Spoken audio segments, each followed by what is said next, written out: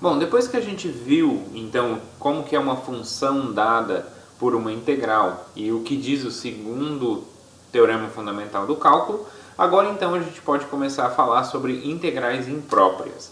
Então, o objetivo das integrais impróprias é entender como que é esses símbolos aqui, como que seria uma integral infinita, né, de uma função, né? Vimos então que se uma função explode, vai para o infinito, ela não é integrável pela integral de Riemann que a gente viu lá na aula passada. Ok? Mas, e se a gente, nas aulas passadas, na primeira aula, mas e se a gente, em vez da função explodir, né, eu tenho como estender a noção de integral agora para não um intervalo finito, mas um intervalo infinito? Eu consigo levar a ideia da integral para esse tipo de conjunto? Eu consigo. E essa definição é exatamente a definição de integral imprópria, que a gente vai ver agora. Ok? Então a gente quer entender como que eu estendo então a definição da integral de um intervalo finito para um intervalo infinito, seja ele de a até mais infinito, ou de menos infinito até um certo valor b, ou de menos infinito até mais infinito. Tá? Então esse tipo de integral que a gente quer entender. Tá? Então vamos lá. A primeira definição, então, o primeiro tipo de integral imprópria, né? Tem 3 tipos que a gente vai ver aí. O primeiro tipo é exatamente esse aqui, ó. Então, suponha que eu tenho f, uma função que é integrável, em todo intervalo de a t para t maior que a. Tá? Então, todo intervalo, se a gente olhar na reta aqui, se eu tenho aqui a reta, e eu tenho um valor a aqui. Então, se eu pego esse intervalo, a função é integrável, ou seja, eu consigo calcular a integral nesse intervalo. Se em vez de pegar esse intervalo, pegar esse intervalo, também integrável. Se eu pegar esse intervalo, também integrável. Então, para todo intervalinho, né, sempre fixando aqui o inferior, tá, o limite inferior aqui, a fixado, e sempre aumentando cada vez mais o extremo superior da minha integral, certo? Sempre eu vou ter ali um intervalo fechado e essa função é integrável. Tá? Então é isso que eu estou supondo. Então se uma função é contínua em todos os reais, é um exemplo de função que satisfaz isso, que é integrável em todo intervalinho fechado, conforme a gente vai aumentando aqui o extremo superior. Tá? Então como que a gente define, nesse caso aqui, então como que a gente define a integral de a até mais infinito? Bom, se eu consigo calcular a integral de a até t para todo t maior que a, então eu vou crescendo esse t, vou crescendo, então mando esse t para infinito.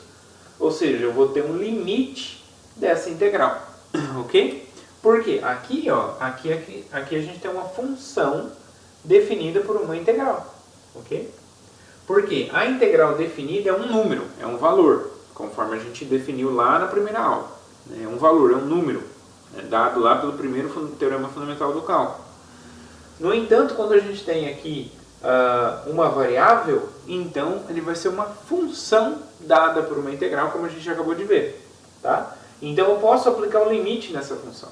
Tá? E aí obter um valor para essa integral. Esse valor, se esse limite existe, vai dar um valor, e esse valor vai ser o valor desta integral infinita aqui. Tá? E aí essa integral infinita aqui, caso o limite exista e tudo mais, a gente chama ele de limite, né? A gente chama esse limite de integral imprópria. Tá? Então a integral imprópria da função f é exatamente o limite da integral definida. Tá? Então isso aqui não é uma integral definida, pessoal. Tem diferença. Isso é uma integral imprópria. Tá? Então cuidado e atenção nessa nomenclatura. Tá? E dessa função estendida ao intervalo de a até mais infinito. Tá?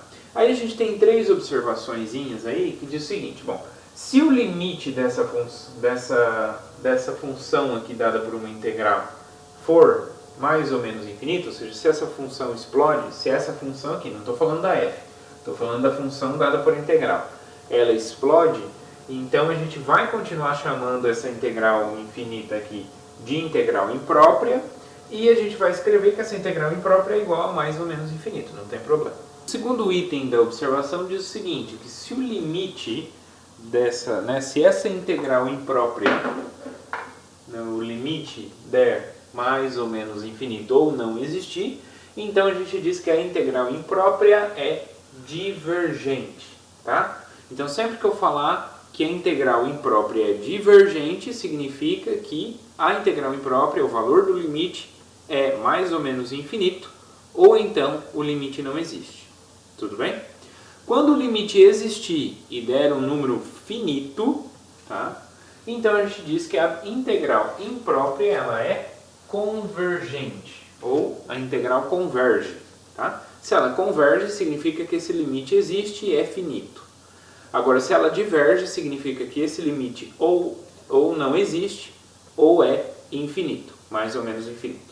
O terceiro item da observação diz o seguinte, então, se eu tenho uma função que ela é positiva em todo intervalo de a até mais infinito, e ela é integrável em todo intervalo fechado de a até t, para todo t, né, maior que a, então a gente vai definir a área desse conjunto A, que é o conjunto de todos os pontos, né, que é a área abaixo do gráfico, né, todos os pontos onde o x é maior que A e o y é abaixo da função f de x, ou seja, abaixo do gráfico da função f. Ok? Então eu posso falar de área infinita, né, através do limite de áreas finitas, né, que é exatamente essa integral imprópria. Tá? Por quê? Porque essa integral imprópria ele é o limite da integral definida. A integral definida mede áreas. Então, nada mais natural do que a integral imprópria medir o limite dessas áreas. Tá? Então, é a área desse conjunto, é o limite das áreas, cada área finita. Tá? Então, eu posso falar também de área de conjuntos infinitos dessa forma, usando então as integrais impróprias.